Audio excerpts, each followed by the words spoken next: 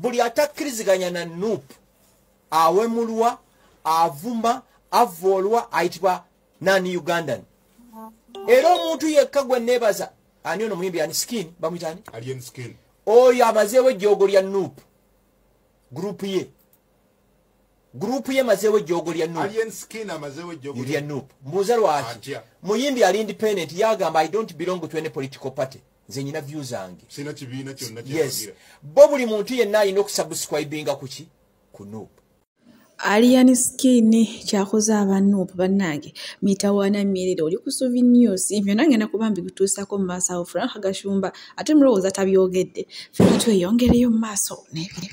Pastor Bujingo, Bobi Wine, mbaina masa olutalo do, chikabuka Mohamed Nsereko, aina kyatugamba Calvin Kayanja, na yetarubuzeeko Shiba Kalungi, Sindi Sanyo, nabo mbaina masa omugamba mutya mwasibe mutya bambi abaana be bonna bafudde byonna mbina kansubire muri bulungi ng'enkola yaffe mbasa video no mujimpere like era nensaba go wena atanaba subscribinga era onyigere mu notification bell limesubanga byonna byemba nteekayo bannange kamba tandike ate mulowooza Minada Queen ne Aviator agali mu nkubo munnaye empuno beekyayi wabula bannaye kituufu bibayogera nti ku mikolo gyabwe babaleetera eddagala mbu beekyayi edda bannange ate bwe nkuzaako eno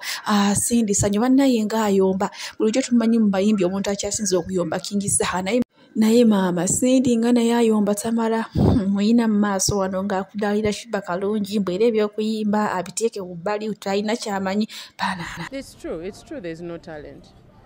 I will maintain that forever. You cannot buy talent, neither can you force it. None of it. Some things just mukama yakolachi yabikuwa. That's why mulwimba langolwa copycat ngamba some people we are born for this, you know, because some of us are just born with it. Then some people kweyiya mpaka wokolachi jotuka. So the truth is there's no talent. But you have to appreciate skill. You have to appreciate somebody aina skill jateka mutambuze ekintu kye without the talent. So even if the show she did amazingly, according to me, when Amulaba nalaba know that's the best show she has ever put up yenga ye. Just atetuka kukalibachi yange. The only problem comes in if you compare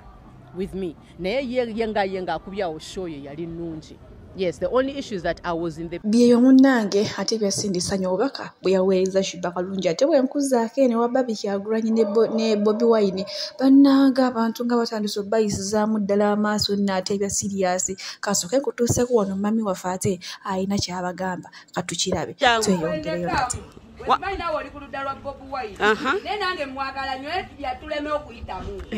Kati sagala bana bagende luzira. Tobamanya brother. Abana bagende luzira gwawulira Sanyo wama sister. Nedda. Tetwagala bana bagende luzira. Kati obadde oyagala. Babulidde luzira lwa Bobi Wine. Bobi Wine nafuka Bobi Wine. Abana bafudde. Kati gwe wagirani. Abantu bo bakoowu tebeetaaga kumanya gaati amawulire ag'ennaka agaliwo munnange kino kibebi ky'olaba bakizadde ne kibeerawo olunaku lumu ku bbiri naye munnange nga omanya abaana ato babeera beebaakiriza maama waakyo ageza okuddamu okukikebeerakebeerako munnange akiweeka okulya akiwe ku mabeere bambi nga zembiyaga ezigazempewo munnaye nga mukama ate akiyise katukisabire bambi kiwumule mirembe katukisabire ate kiwumule mirembe gaati amawulire ag'ennaka agaliwo amalala munnange bye balongo baffe bano simanyi kati biyiseeko kakabanga naye simanyi oba mukyabijjukira mami waabwe avuddeyo n'agamba bannange gavumenti kiki ennyo mwagamba nti mugenda kunoonyereza ensonga nti era kiki ekyaviiriddeko bano abalongo okufa kuba twasemba nga bagamba nti no bino ebintu biraka ssentebe yabirimu omukono bano abaana okukola ki gwe baava bafine munnange akaseera keetoolodde kati mami avuddeyo ayagala wenkanya eri abaana be naye akatongera okusaba bambi mukama abasonyiwe byonna ebyabasobako kuba ajja tugamba abaana be babattira bwerere nga tebalina musango ate bwe nkuzaako eno ewa Pastor Bujingo ne Bobi Wine bannange luno dde olutalo si lwakuggwa n'akamu katubirabe tweyongerere. Yenze pulezidenti wa Uganda waddala sitaani alimbira mu njaye ekubira mukama engalo ez'amaanyi alimbira mu njaye nadda n'emukati kyobalaba omuntu omu bwe yamulinnya agamba ye pulezidenti bweba teriika amanya oli wamufuga. President Museveni simulinaako buzibu ng'omukulembeze wange mwagala. Sikutegedde. Ojja kuntegeera kankiddemu. President Museveni simulinaako mpalana kubanga ye president wa Uganda. kale no mwami Museveni si gwe president omutuufu yenze niyenze president byebyo ngana mwatumbye obuliddeko mu katambi ye munaye Pastor Bujingo agamba Bobi ine bimulinnya ku mutwe kuba ebintu yayogera byo tebikwatagana n'akamukale we tutuuse mu side eze ate we nkuzaako wano ewafulufiga mama Museveni Jennifer Nakangubi bannaye ngana yate Bobi Wine amuli bubi nnyo nga mutwala kaguddeyo neera nga maaso awo ngana kuba nkutuusaako video ya Calvin Kayanja ate naye alina kyatugamba katubirabe naye Bobi Wine tukulayira kasata oyingira State House olunaku lwaleero va ku baana b'abantu musajja gwe va ku baana b'abantu oteka ku front line ekirungi ozadde Nyanza bikomandinga muganda wazadde mwina baganda mwe John baani basentemu ba Julius ba Pastor Baba City kwata baganda bone mukazi walina family mbateke ku front line Dumbe Kasisi yagambye osulwa mu nyumba ya birawuli lwaki wetaba mu ntalo z'amayinja kwata baganda bone mukazi woyo atamanyi kwogera ayogera nonsense obateke ku front line boti bakulembere wano wagende ekalangala musajja gwe nga wekalakasa ebyekisamaavu baleeta nyonyi namba helicopter nekunona nekuteeka mu kisaawe ekkololo ne bakutuuza mu Land Rover paka uwe magere olweggulo newekipiica nokwepiica nolaba ne DSTV abaana balabe bakwatayo nakati bayiruzira bakadde bwe batambudde bwe bawedde ku bigere abaana bakazi baleka nga tebalina mbuto bazadde dda abaana abalala abatalina baabwe be balekera embuto tebamanyi n'abaana bebafaanana gwokyakukumba omuliri gw'ensimbi iPod ebawa $1 trillion and tourism money wisente zebaba watulirina wano kiri kulikodi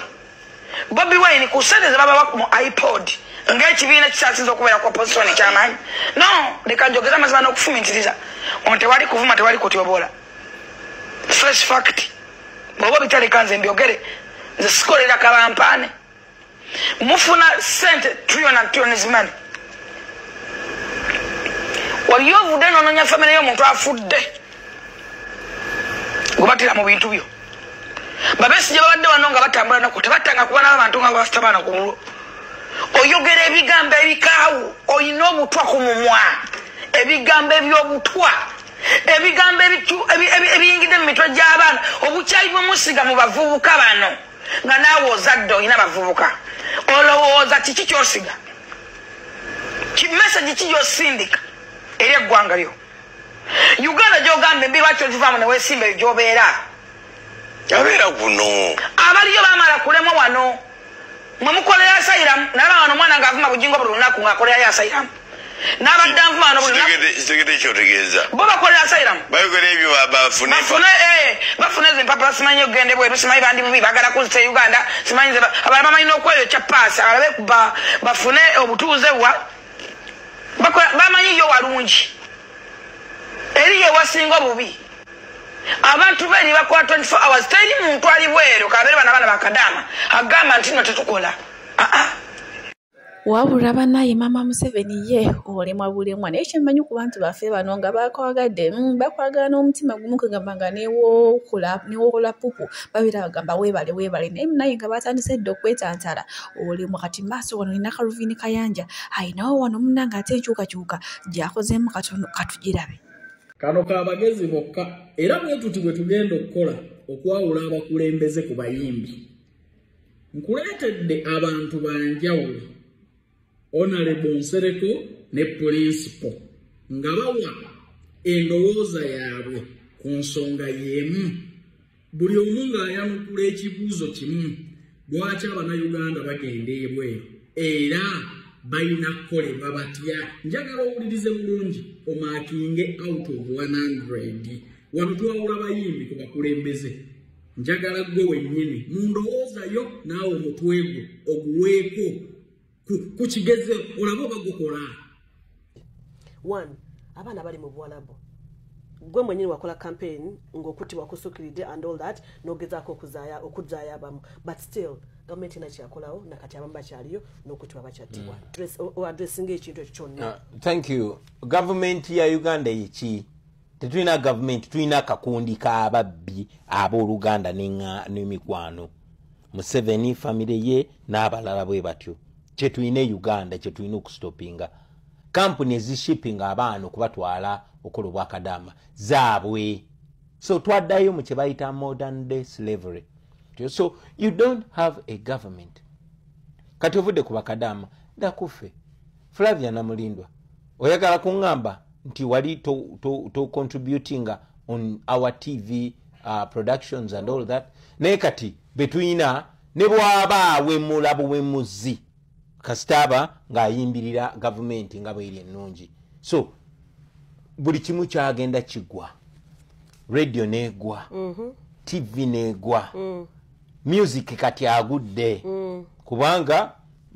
ne bwoba oyimba byamakulu bitya nga toli muwagizi wa gavumenti ya Museveni bajja kumenya amateeka bakulemesa okola omulimu gwo nga nze wano gwolaba kati ne industry nayo eluzinze outweight at the end of the day buli sector egenda kubeera affected buli sector na buli njagala twogere ku baana today abafuluma eggwanga Uganda every day at the airport bw'oli mutambuze nosanga nga let's ogenda Dubai oba Uganda ogenda Dubai nosanga ennyonyi eriko abasaabaze 120 nga 10 bagenda kukola mu Buwalabu ate onookola ki kirekawo ensi yatu Uganda anti teri ayinza kulaba nga yagenza azimba naye n'atagenda olaba nammwe wano mwajja golooza singa nabo baali basobola okufuna visa singa muli bameka wano singa wano era ne wano batandise okuba singa mwali visa free olaba batambuza bigere ne bayita Mexico n'abayite Mexico bava Uganda no twogere ku Uganda cause tumanyi atera yeye waffe Uganda botaji factoring mu global position oba okola nsobi tewali n'abaana abo nabo ne bwobabuuza tewali yandi egombye kola mulimu ogwo nyete bayina option abamuwulira abasingle mothers abasinga abo bolaba emirimu giganyeka kubanga singa wandiga ekiri mu Uganda yokka Kenya Ethiopia Tanzania ewaffe kiki kingi sebo goli Kenya oli Ethiopia oli Eritrea naye bagenda Philippines bali nabo bagenda naye kikulu ffe kye tulina obbalwanira nti mu bilateral gye tusayininga kuba tojja baziiza bafune ku ssente ennene 2 babeere ne working conditions ennungi yes nti omuntu awumulemu olunaku lumu oba bbiri yes then akoleko essaawa nga 12 nebo ebyo byosobola okukyusa ng'omukulembeze naye ogamba nti externalization of labor nga ne Flavia yasala n'ava eno n'aleka omulimu n'asibira wa oyogedde ku kyokusettinga working conditions ennungi and all that government baye signing a contract ne Buwalabu eri abaana abo yasala omusaala gw'abaana gwe bafuna ekyo kye twayise mu parliament bayekubira omulanga tulowooza social security kati agreements bagenda zireeta tuzekizamini muziddemu buto